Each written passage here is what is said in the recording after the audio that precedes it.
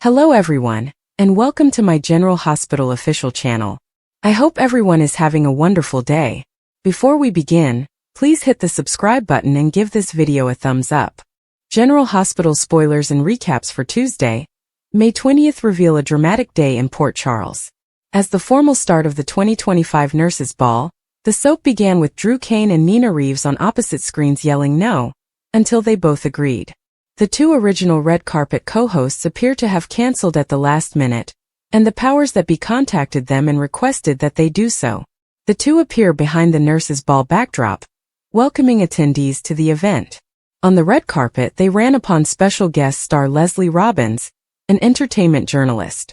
She and Nina discussed clothes, and then she and the two Nurses' Ball co-hosts prepared to interview visitors arriving at the main gala. Lucy Coe was the first person to walk the red carpet, and her date was a llama named Sebastian. Lucy's cute date was brought to the Nurses' Ball festivities to raise awareness about llama rescue organizations that serve as sanctuaries for animals who have been neglected and require medical treatment. Of course, Lucy congratulated Drew and Nina for stepping in on short notice, remarking on what a beautiful pair they made. Sonny Corinthos and his charming date, his youngest daughter Donna Corinthos, were the next to walk the red carpet. Drew was quick to bring up the town's vote, and how the residents of Port Charles determined the fate of the mob boss's dock ownership. Sonny quickly reminded Drew that this was neither the place nor the time to discuss politics.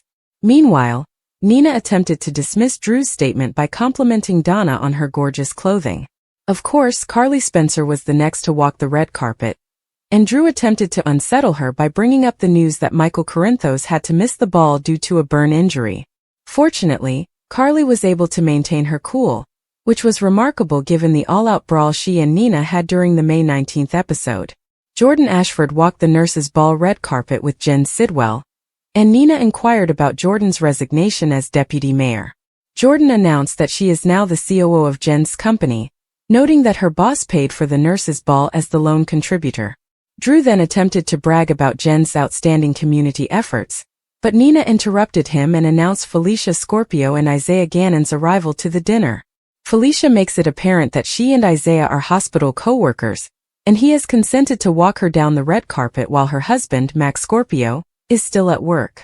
Jordan and Isaiah's gazes contact as Nina asks if the gorgeous doctor is unmarried, and she says, yes. Curtis Ashford, Portia Robinson and Trina Robinson go in together, and Trina is surprised to see Kai Taylor immediately behind them, dressed in a tux. Kai has been formally freed from the hospital, and Trina gladly joins him as they take photos and head into the Nurses' Ball. Jocelyn Jacks and Giovanni Gio Palmieri also walk the red carpet, but not before Joss takes a big shot at Drew, labeling him a trash co-host as the cameras film. Nina remarks politely that Jocelyn clearly inherited some sassiness from her late grandmother, Bobby Spencer, to which Jocelyn responds with gratitude. The Quartermaines arrive and are about to walk the red carpet when Tracy Quartermaine announces that she wants to walk with her two girls, Lulu Spencer and Brooklyn Quartermaine Chase, beside her. Lulu decides to stroll in with Dante Falconeri, who is delighted that she is his date for the night. Tracy then asks Brooklyn, and her granddaughter advises she join her and Harrison Chase. Unfortunately, Chase receives a work call and is interrupted. He tells Tracy and Brooklyn to enter without him. Ned and Olivia Quartermaine proceed, and Drew and Ned engage in some nice chat. Then Lulu and Dante walk in, and it is pointed out that Lulu has missed a couple of these throughout the years. She's delighted to be a part of things tonight. Tracy and Brooklyn come down the red carpet together, and Tracy takes the microphone from Drew's hands. Chase interrupts her conversation on the town's referendum and arrests her. Brooklyn and Tracy are both astonished, and Chase explains that this is related to Drew's ketamine use, as the cutthroat congressman smiles. Anna Devane arrives with her granddaughter, Emma Scorpio Drake. The two talk about portraying Robin Scorpio Drake to Drew and Nina, as she is unable to attend this year. Across town, Alexis Davis is preparing for the ball when Rick Lansing arrives at her home. He's brought gifts, documents that can assist make her embezzlement of the Cassadine fortune appear legitimate. Alexis realizes that the only way to do this is for him and Ava Jerome to stop blackmailing one another, which causes Rick and Alexis to quarrel. Of course, Christina Corinthos Davis interrupts them and begins to mock Rick. He is ready to depart, but warns Christina not to ride too high on her hard horse or she would be pulled down. Christina wonders why Rick has been in Alexis' orbit so much lately, and Alexis suggests that Christina be friendlier to him. After all, they agreed to a truce with Rick for Molly Lansing Davis' sake. Christina believes all bets are off now that Rick is representing Willow Tate Corinthos against Michael in their divorce settlement. Still, Alexis advises Christina to let go of her anger, as she had previously mentioned, and Christina responds that her mother does not need to protect her because she is not a child. This is when Alexis tells Christina that she certainly does, and she is aware that she attempted to kill Ava. Back at the nurses' ball, Molly is waiting for her mother and sister before walking the red carpet when she comes upon Cody.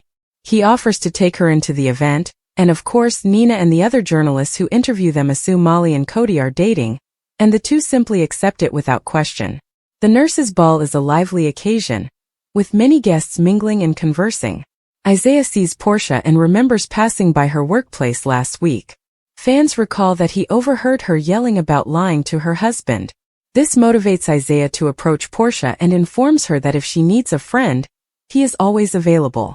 Curtis informs Jordan that Drew acknowledged he was blackmailing Portia.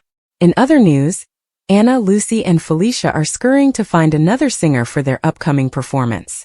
Anna is also concerned about her dance with Chase being ruined.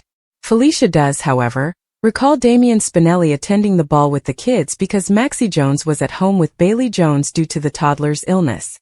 This gave Anna an idea. Chase returns to the station and drops Tracy off at Mac's interrogation room. Mac urges Chase to return to the nurses' ball.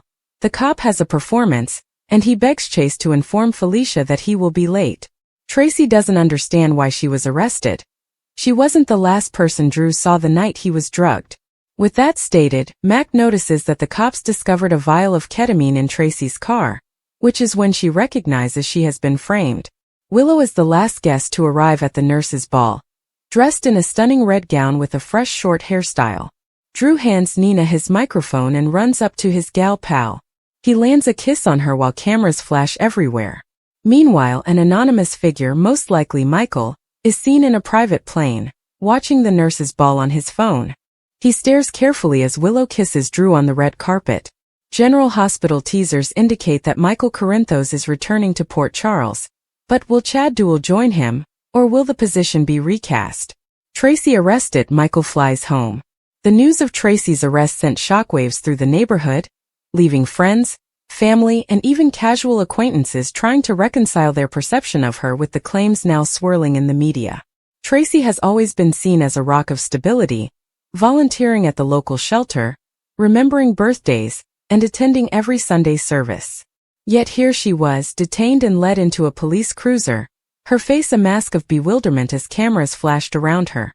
The charges, which remained imprecise in early reports, suggested financial malfeasance, potentially embezzlement. Nobody wanted to accept it, but the proof, whatever it was sufficient to justify an arrest warrant. Meanwhile, Michael, who had been away for business, heard the news in the middle of the night. Tracy's sister's urgent call shocked him awake, her voice cracking as she explained the issue. He had scarcely registered the words before he began packing, his mind racing with possible reasons. There must have been some error. Tracy, arrested? Did not make sense. The last time they spoke, just 2 days ago, she was her regular self, joking over their neighbors' over-the-top Halloween decorations, and reminded him to pick up milk on his way back. Nothing seemed incorrect. The flight home was agonizing. Michael, trapped in a metal tube thousands of feet in the air, could only wait, his mind racing. Were there any signals he had missed? Tracy, had you been stressed lately? He racked his head, but nothing sprung out. She seemed fine, even delighted. The only unexpected thing was her sudden interest in their finances a few weeks earlier, when she inquired about their savings and investments. At the time, he felt she was simply being responsible, perhaps planning for the future. Now he wondered if there had been more to it. By the time the plane landed, the story had already made the news. Reporters had gathered what little information was available, and speculation was rampant. Michael disregarded the notifications on his phone, focusing instead on getting to the police station as soon as possible. Traffic was slow, and each red light felt like a personal attack. When he eventually arrived, he encountered a wall of bureaucracy. No, he could not see Tracy yet. Yes, she was formally charged. No, they were unable to reveal the specifics of the case. A court hearing was planned for the next morning. Michael, frustrated and fatigued, resorted to the only person he could trust, Tracy's older sister Diane. She had called him, and she had been at the station since early in the morning. Diane, who is usually so collected, was distraught. Her eyes were red-rimmed, and her hands shook as she gripped a cup of coffee she had never touched. "They're saying she took money from the charity," she muttered, as if speaking it out loud would make it more real. "The one she helped to run. They believe she has been siphoning funds for months." Michael felt the floor fall out from under him. Tracy had poured her heart into the charity, which provided school materials and warm clothes for disadvantaged children during the winter. She had been really proud of it. The idea that she would steal from it was ridiculous. Nonetheless, the cops plainly believed they had a case. "There has to be an explanation," he added, speaking to himself rather than Diane. "Perhaps someone framed her. Maybe there's a misunderstanding." Diane didn't respond. She simply stared into her coffee, her quiet more terrible than any words. The following several hours were a haze. Michael contacted a lawyer, a high-end defense counsel recommended by a colleague. The man was assuring Michael that these things happened all the time. Mistakes were made and charges were dismissed. However, his tone changed when he heard the specifics. "Embezzlement is serious," he acknowledged. "If they have proof, this could be bad." Proof. That was the key word. What did the cops have? Bank records? Testimony from a charity employee? Michael needed to visit Tracy and hear her side of the tale. But until the hearing, that was not an option. The night was unending. Michael did not sleep. He roamed the house, repeating every conversation and incident, looking for clues.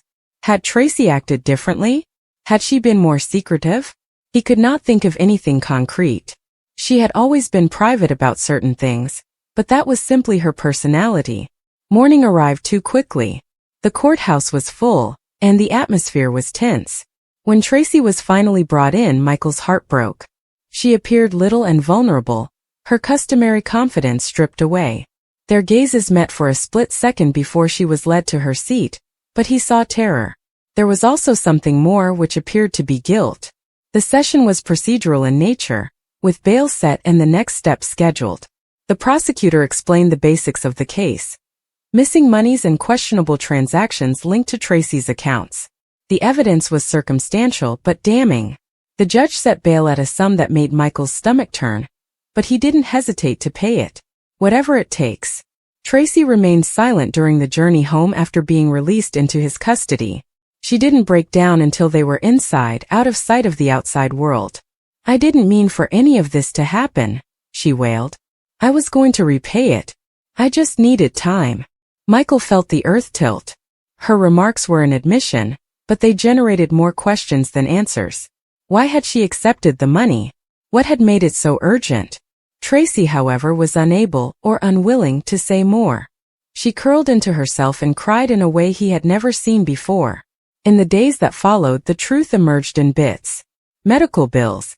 She had kept a diagnosis undisclosed. A treatment that is not covered by insurance. She had been desperate, ashamed, and certain she could solve it herself. The charity's cash had been a temporary solution, which she fully planned to repay. However, the numbers had accumulated, and before she realized it, she was in over her head. Michael was split between fury and sadness. He knew why she did it, but the repercussions were serious.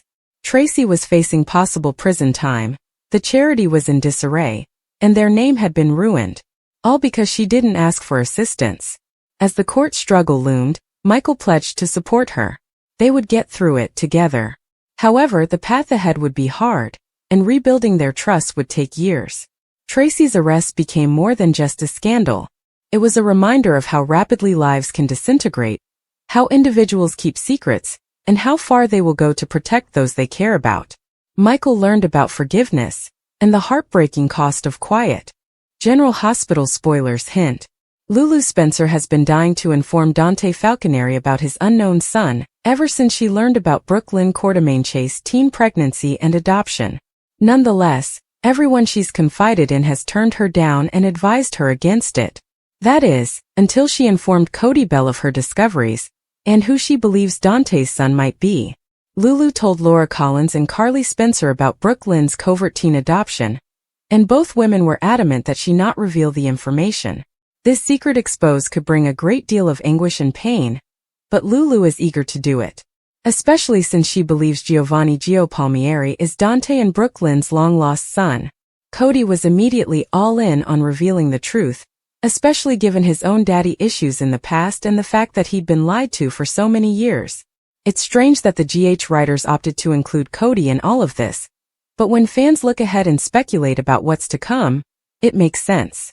Cody's agreement of Lulu revealing this secret has not only given her the motivation she needs to take action, but he will also most likely assist her in gathering the evidence she needs to establish Gio is Dante and Brooke Lynn's kid. The two discovered some evidence of Joe's parentage, but it is not conclusive. During the Monday, May 19th episode, Lulu received a picture of Joe's mother, Carmela, who claimed to be pregnant with her son while on tour. One of her former bandmates not only emailed Lulu a photo proving that Carmela was not pregnant at the time she claimed to be, but also informed her that she abruptly departed the tour in late May. Fans know Joe's birthday is May 15th, but Gio believes it is June 4th. Regardless, a snapshot of a lady who is not pregnant does not definitely connect Gio to Dante and Brooke Lynn. It's just a matter of time before Cody or Lulu understand that, rather than wasting time looking for information from other sources, the evidence they need to show Gio as Dante's kid is right in front of them. To have conclusive evidence, the two just need to collect some samples and run a DNA test. Cody may have come up with this, considering he and Max Scorpio recently completed this test. Lulu could easily acquire the Falconieri DNA sample by grabbing a piece of hair or a toothbrush from either Dante or her own son, Rocco Falconieri. Cody's involvement implies he'll be in charge of Joe's sample, which should be quite simple given that they both live on the Quartermain estate. According to GH teasers, fans may believe they are on the verge of discovering Joe's secret. Thus Lulu and Cody will most likely put this plan into action very soon.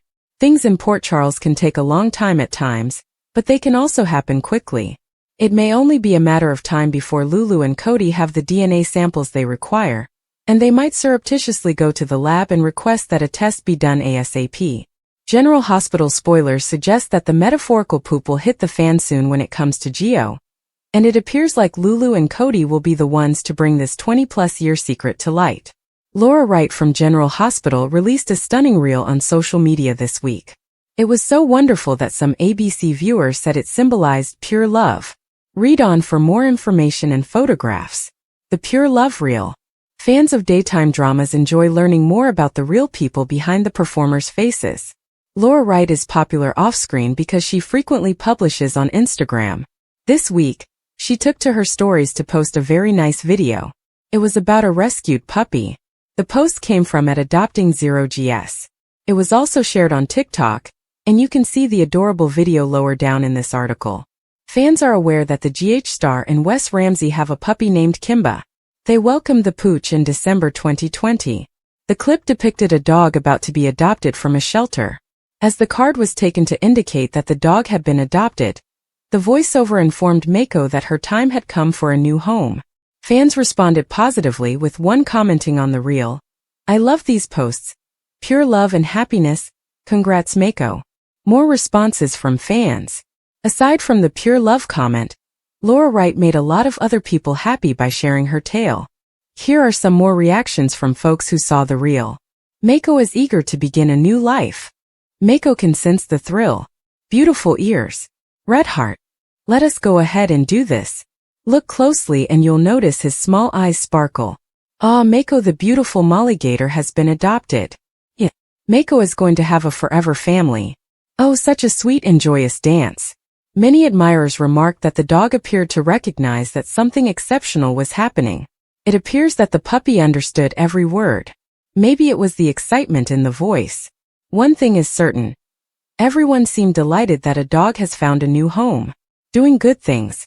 Celebs appear to be a pleasant group of folks. They encourage each other on social media, and Maurice Bernard frequently features his co-stars on his podcast. If he, Finola, and Laura continue to post, They will undoubtedly become the daytime drama's most popular stars. While Laura and her family did not acquire Mako the adorable dog, it is extremely nice that she shared it with her many ABC followers. Shelters may benefit greatly from this type of campaign, as so many pets are never rehomed. Lulu Spencer had always been a woman of action, but this was something altogether different.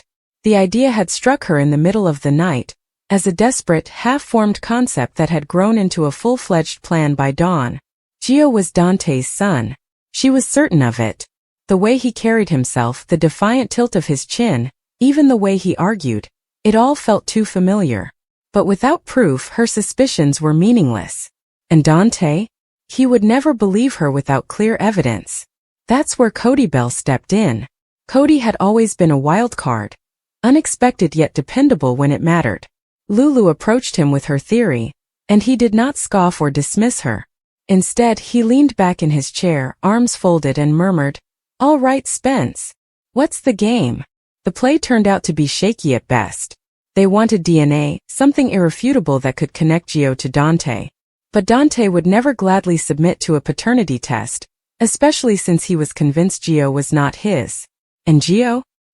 He was too arrogant and guarded to accept something like that without a battle. That left Lulu and Cody with only one option: obtain the DNA without either of them knowing. The first step was to obtain anything of Joe's, something containing his DNA. A used glass, toothbrush, or even a toss napkin will suffice. Lulu had attempted to remain calm, inviting Gio to coffee at Kelly's and carefully observing him take a sip from his cup. But before she could grab it, he'd taken it with him and tossed it in the trash before leaving. Cody had better luck. He had bumped into Gio at the gym and offered him a glass of water after a particularly strenuous session. Gio, unaware, had taken it, chugged half, and then left it behind when he went to shower.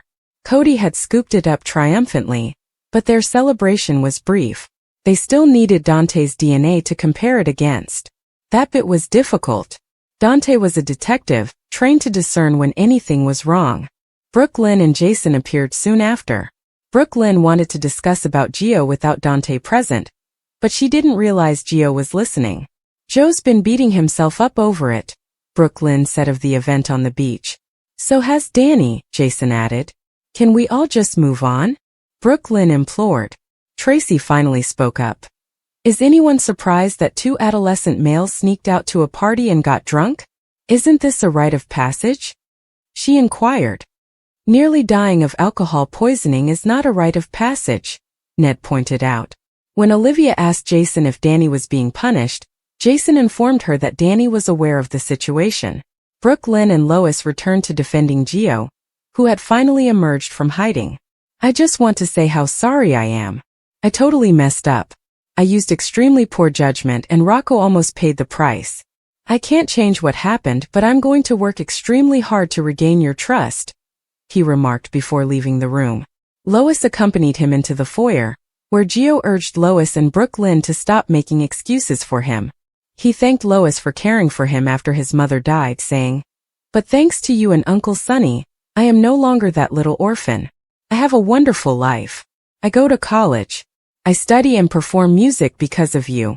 I can stand on my own now," Gio said with a smile. Gio remarked that Lois and Gloria had always defended him when he was younger, but he didn't need that anymore. Back in the living room, Ned praised Gio for admitting his error, and Jason walked away. Brooke Lynn was concerned that she had exacerbated Joe's situation. "I just wanted him to feel comfortable in his own home," Brooke Lynn stated. Dante discovered a hungry Sasha chowing down on baked goods, in her usual spot in the Q kitchen. They made some small talk about Rocco, with Sasha pointing out that both Rocco and Danny were good kids. "I don't want you to think that Danny isn't taking what happened to Rocco seriously, because he is," she said. "Don't get me wrong, I love Danny. I just believe he's a little too much like Jason for his own good," Dante lamented. Sasha tried to defend Jason, but Dante wasn't sold. "Look, Jason loves his kids. He's just not much help in disciplining them. Danny needs boundaries, and with Sam gone, it doesn't appear that he is getting many of them," he stated. When Jason walked in, Dante went out, and Jason congratulated Sasha for standing up for Danny. A process server soon arrived, and Sasha was surprised to learn she was being called to testify at Willow and Michael's custody hearing. Do you think Willow knows Michael is the baby's father? Jason told Sasha that Willow couldn't have known. Dante was astonished to see everybody gathering in the living room, and Olivia informed him that everyone, including herself, thought Dante was being too harsh on Gio. Despite this, Dante claimed that Gio needed some tough love to get on track. Gio heard Dante's voice in the foyer and told Lois that he was certain Dante was still trashing him. "I'll just stay out of his path from now on. There's no reason why we should be friends," Gio remarked. Olivia then emerged and told Gio how pleased she was of him for confessing guilt. Lulu and Cody made their way back to the stables with Lulu's trusty laptop. Cody reiterated that he didn't believe Brooklyn realized Gio could be her son. Lulu was convinced that Brooklyn only wanted to seduce Dante all those years ago so they could meet and she could tell him they had a son.